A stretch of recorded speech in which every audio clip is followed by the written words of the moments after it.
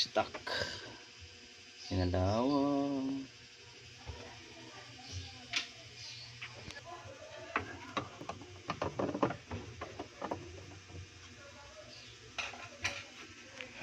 Sana yung pulsator hindi stuck. Kung stuck, bangungot to. Naku, stuck nga. Ayun, stuck. Yung pulsator hindi matanggal. Automatic yan pagka ito nalawang or nag-stuck, to hindi rin matatanggal. Sa service center to pino-pull out, tapos winawasak na tong pulsator. Stuck siya.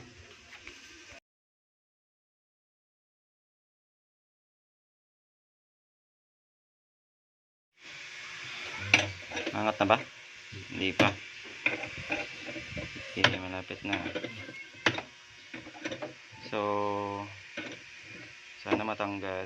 Ayun, natanggal nga. Natanggal siya. Kaso yung next na problema natin ito. So syempre kinalawang yan eh. Kaya hindi pa tapos yung problema, may kasunod pa ulit. Ayan.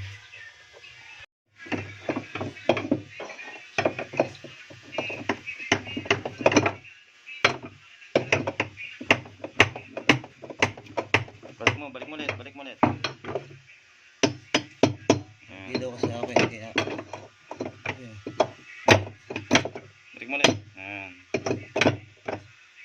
Hindi daw kasi ako kaya mabilis mo kasama. Diba? Minit yan.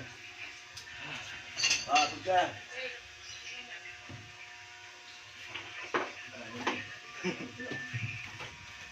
Ito na siya.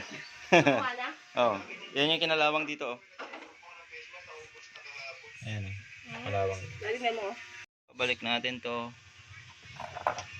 Ayan. Kaya to iba, kaya nga sinisira to eh. Ayan, oh. Kasi pagka hindi matanggal to, kinalawang dito sa loob. So dapat originally dito yung nakalagay. So ibabalik natin. So makaka-save si ma'am. Ayan po. So sa mga nagpapadisplin dyan na sisirain ito, so may ibang pangparaan. Yun nga lang, kailangan lang ng tiyaga. Tsaka pasensya talaga. Tiyaga at nilaga. Yan lang. Balik natin yan. Ayan, naibalik na natin siya. So, ma'am, dapat ganito lang dapat po siya, ma'am. Ganito lang dapat siya, pakita ko sa inyo. Diba, kunwari, ito malawag na.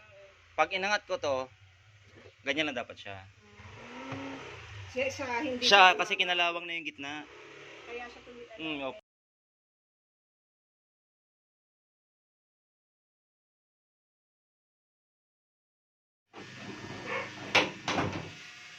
Ayan siya, ma'am. Tapos pakita mo ilalim. Dito yung dumi niyan. Ayan po. So 6 years na oh. Ganito lang dumi niya. Kasi regular si ma'am na nagtatab hygiene na may bleach. So malaking bagay talaga yun. Tab hygiene talaga every month. Tapos may bleach na 250 ml. Ayan. Sa iba to makapal na to.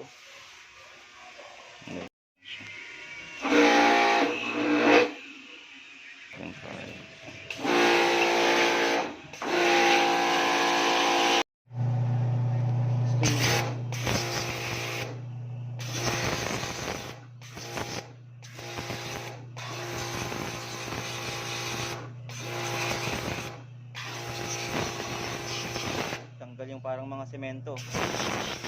Tigas eh. Ayan o.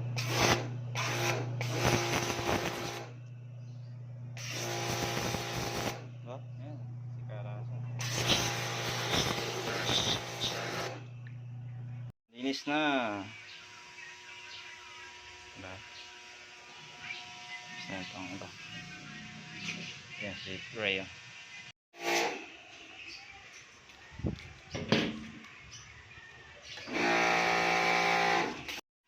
Tab na.